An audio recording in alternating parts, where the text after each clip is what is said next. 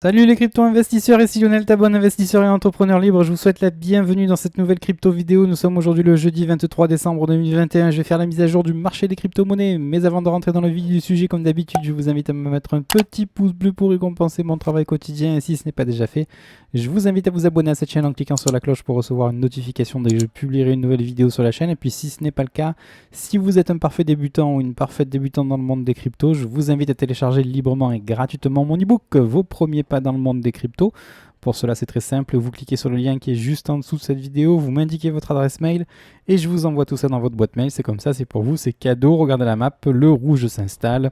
Voilà, correction sur le BTC à moins 1%, 48 250 $. Le TH qui suit à moins 2%, 3 920 $. Solana sur les 177 $ à moins 0,8%. Avax dans le rouge fixe à 119 $. HBAR dans le rouge également, Luna dans le rouge à 85 $, Mana 3,22 $ dans le rouge, FTT également dans le rouge, WBTC dans le rouge, HEX dans le rouge foncé à 27 centimes qui perd près de 7%. On a LRC également dans le rouge foncé, on a TRX, EOS, XLM et IOTA qui sont dans le rouge. HT, OKB, KCS et MKR dans le rouge également. Quelques tokens qui tirent leur épingle du jeu avec BNB qui prend 0,4% à 530 $. Le DOT plus de 7% à 26,98 $. Le NIR dans le vert foncé, je vois pas le prix.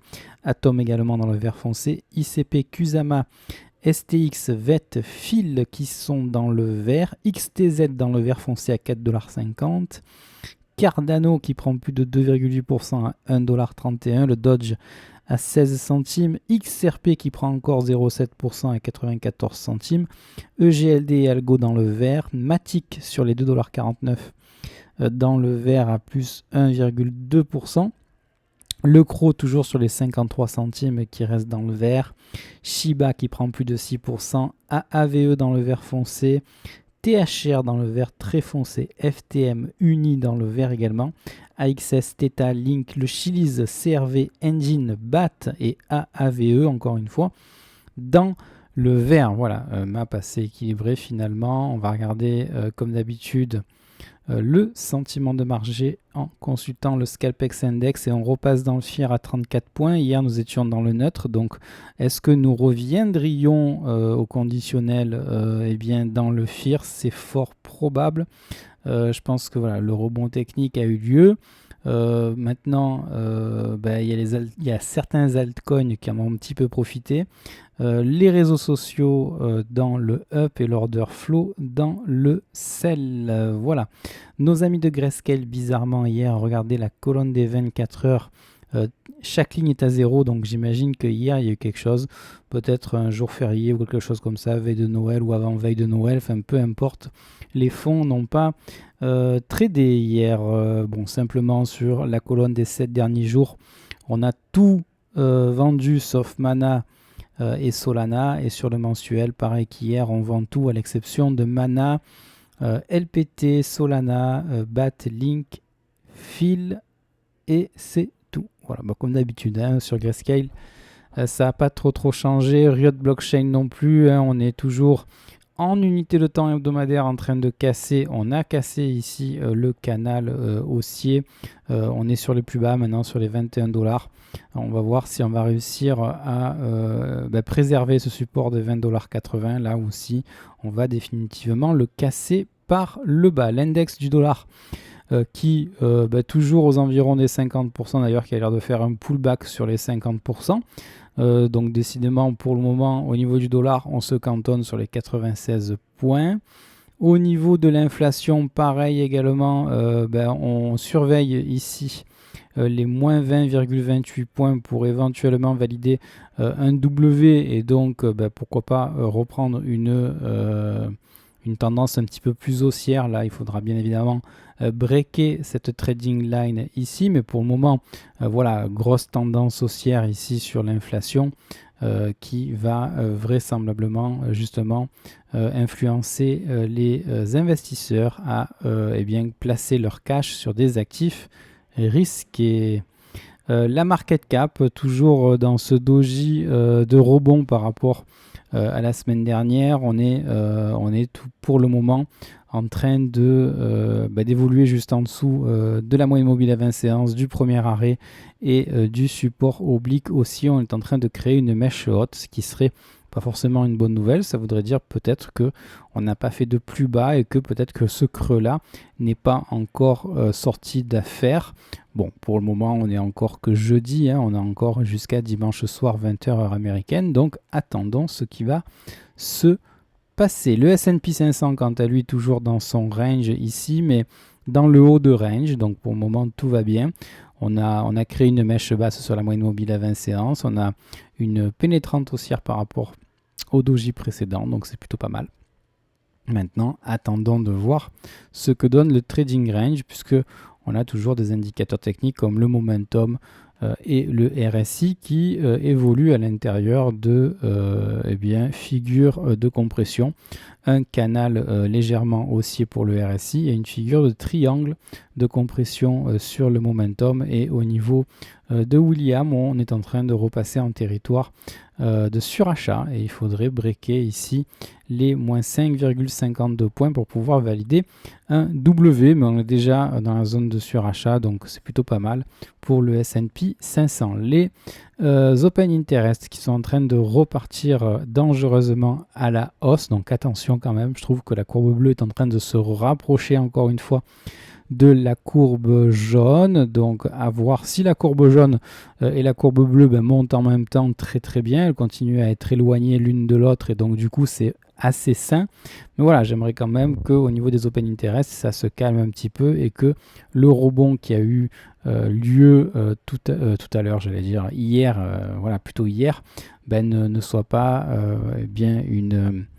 une occasion pour les investisseurs de poser des longues sur les contrats dérivés. Allez, le BTC, regardez, bien évidemment, on a eu ce rebond ici qui nous a permis de revenir tester la résistance oblique baissière ici. Alors, est-ce qu'on l'a cassé par le haut ou par le bas? Honnêtement, pour moi, c'est pas une cassure à la hausse. On fait une mèche haute, donc les achats ne tiennent pas, la hausse ne tient pas.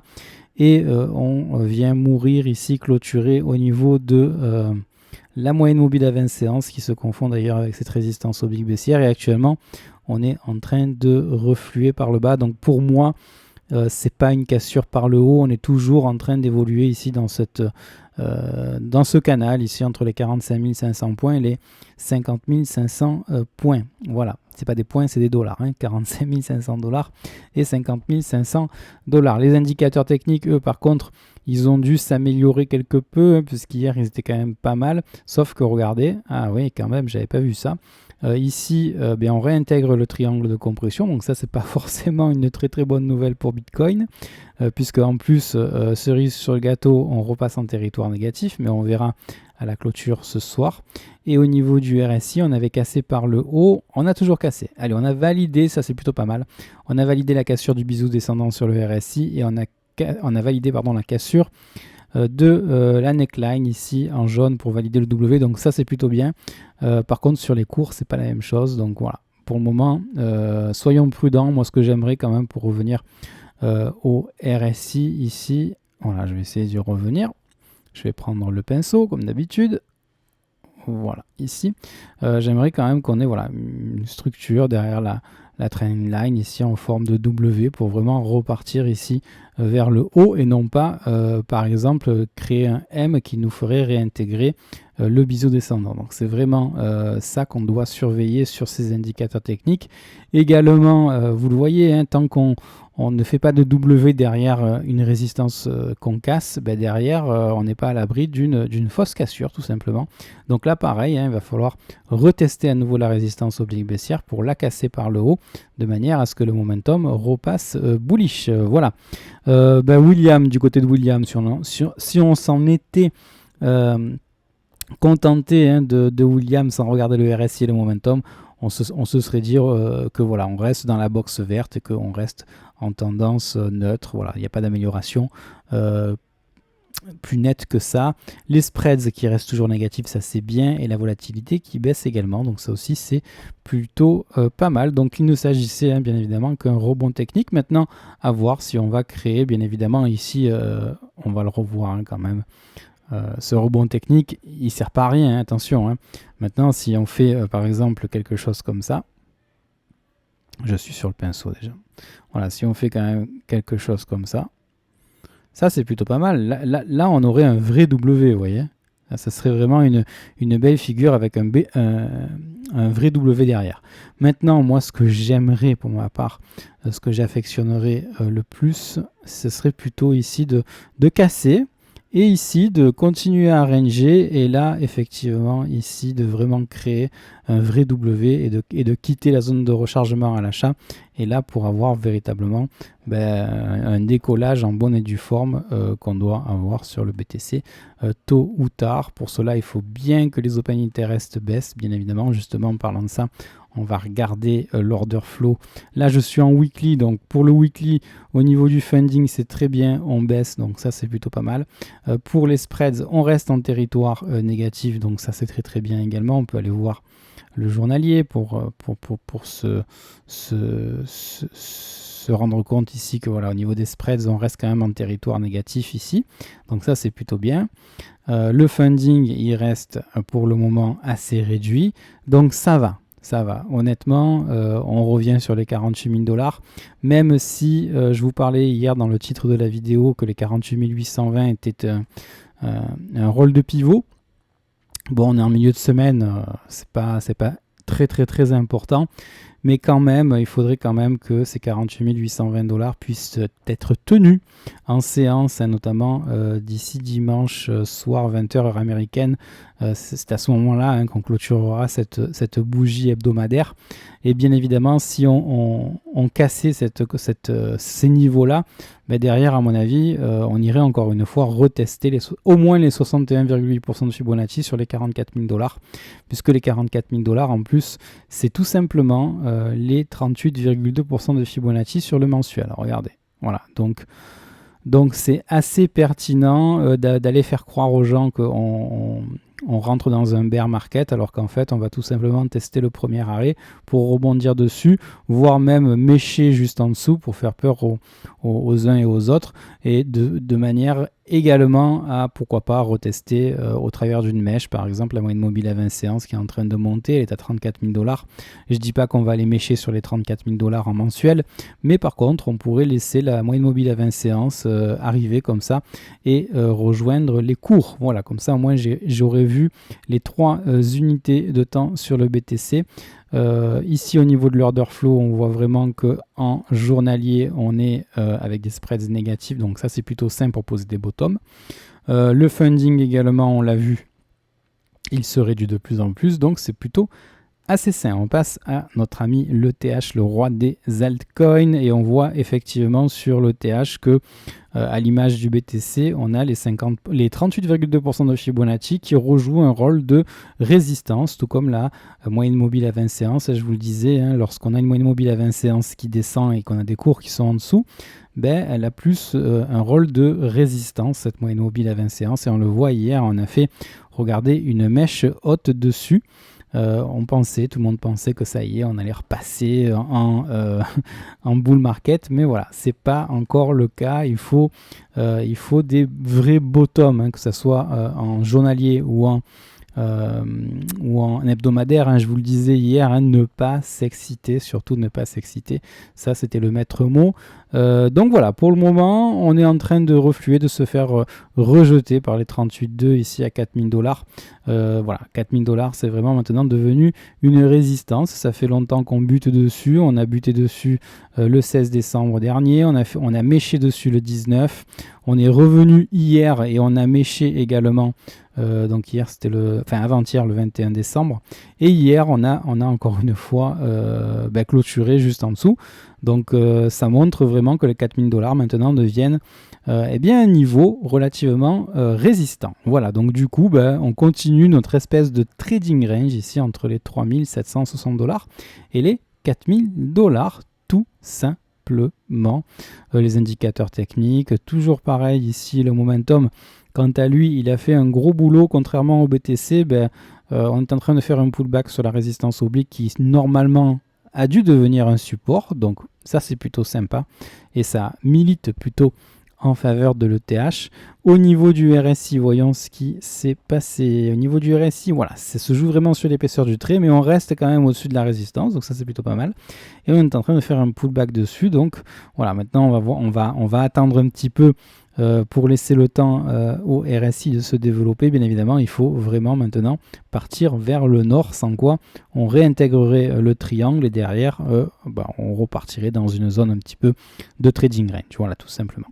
Quelque chose de positif, les spreads qui sont toujours négatifs et on va terminer justement avec l'order flow sur le daily ici. De l'ETH, c'est plutôt pas mal. On est revenu titiller hier les spreads positifs. Et maintenant, on repasse en terrain négatif.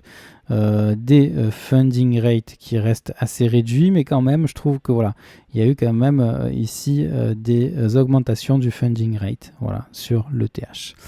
L'ETH libellé en BTC, il est toujours aussi fort, même si on est en train maintenant sur le mensuel de former ce que l'on appelle un doji d'incertitude. Donc on verra comment on clôture d'ici le 31 décembre 2021. Pour le moment, ça reste très bullish tant que les 50%, pardon, les 38,2% tiennent à 0,070 et la ligne de coût de notre précédent W à 0,073. Il n'y a pas forcément péril en la demeure. La BTC dominance qui est toujours un peu en PLS, puisqu'on est toujours en bas de range ici sur les 40% de dominance, donc c'est plutôt favorable aux altcoins. Bien évidemment, si en plus on venait à casser les 39,6% de dominance, là, derrière, ce sera la fête pour les altcoins. Ça voudra dire que l'ensemble des capitaux navigueront plutôt en faveur des altcoins. Allez, on va voir mon portefeuille pour voir comment il se comporte. Je n'ai rien touché depuis déjà plusieurs jours, même plusieurs semaines. Voilà, donc là, une petite mise à jour des prix fait que ça va durer un petit moment. 48 883 pour le BTC, 48 200. Bon, grosso modo, on a des prix qui sont à jour. Je regarde s'il n'y a pas d'erreur pour vraiment donner une valorisation du portefeuille qui soit vraiment réaliste. Voilà, donc tableau de bord. Je suis désolé, c'est l'ordinateur qui commence vraiment à ramer. Alors là, forcément, ici, j'ai un problème de mise à jour. On va voir si Google Doc, ou plutôt Google Sheet, va se mettre à jour. Ou alors, ce soir, on a droit encore à un bug. Non, ça y est. Donc, 38 000. Ah ben non, décidément, il ne veut pas se mettre à jour. Bon, on avait du 38 200 $. Ça faisait 135% de ROI. Ça faisait à peu près... Voilà, ça y est. 38 255 $ de portefeuille avec 132% de ROI, ce qui fait 23 122 $ de bénéfices nets depuis le mois de février dernier, date à laquelle j'ai investi 14 540 €. Ça fait un petit peu moins de 17 000 $ pour l'époque.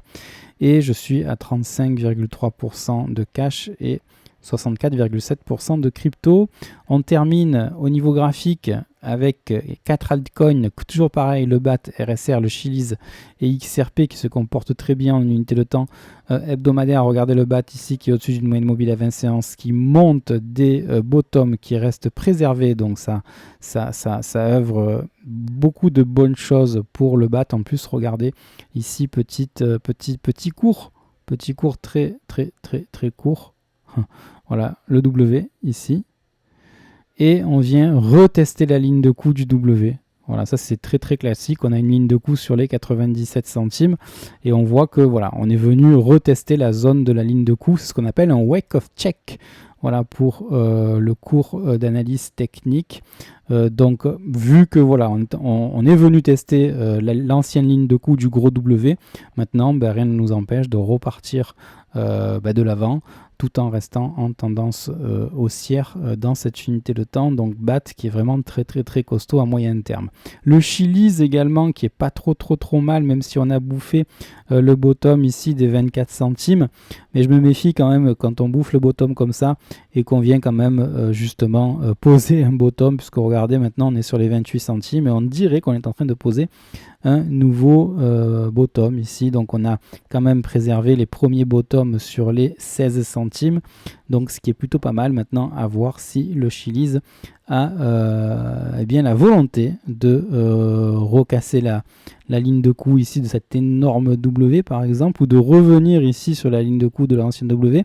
Là on a fait un wake off check de ce gros W là, mais voilà, par contre on l'a recassé, donc c'est plutôt un petit peu moins bien. Tant qu'on préserve le premier bottom, c'est quand même pas mal. Voilà.